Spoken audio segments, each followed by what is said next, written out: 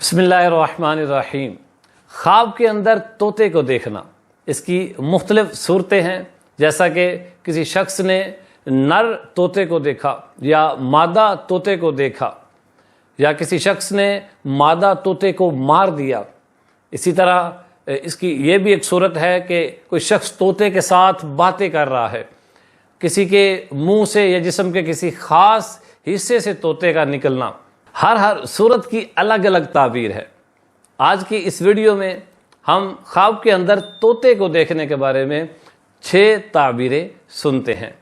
اگر کوئی شخص خواب کے اندر طوطے کو دیکھتا ہے تو اس کی جو تعبیر ہے، منحوس آدمی یا جھوٹے آدمی سے ملاقات یا پھر کنیز و غلام خادمین پر اس کی دلالت ہوتی ہے۔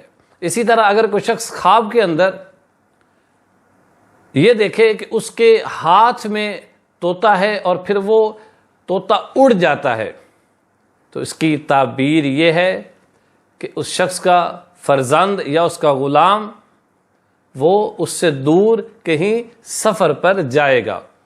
اسی طرح اگر کوئی شخص خواب کے اندر طوطے سے باتیں کر رہا ہے تو اس کی تعبیر یہ ہے کہ وہ شخص کوئی ایسی بات کرے گا، کوئی ایسی عجیب و غریب بات کرے گا کہ لوگ اس پر تعجب کریں گے، ایسی حیران کن وہ بات کرے گا۔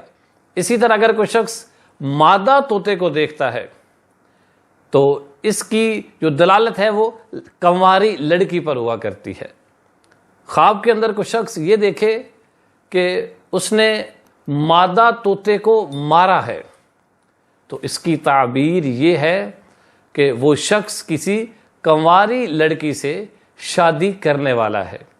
اسی طرح اگر کوئی شخص خواب کے اندر یہ دیکھے کہ اس کے منہ سے یا جسم کے کسی خاص حصے سے طوطا نکلا ہے تو اس کی تعبیر یہ ہے کہ اس کے ہاں بیٹے کی ولادت ہوگی، لیکن وہ بیٹا اپنے اس والد کے خلاف آگے چل کے اس کے خلاف عجیب و غریب اور نازیبا کلمات کہے گا۔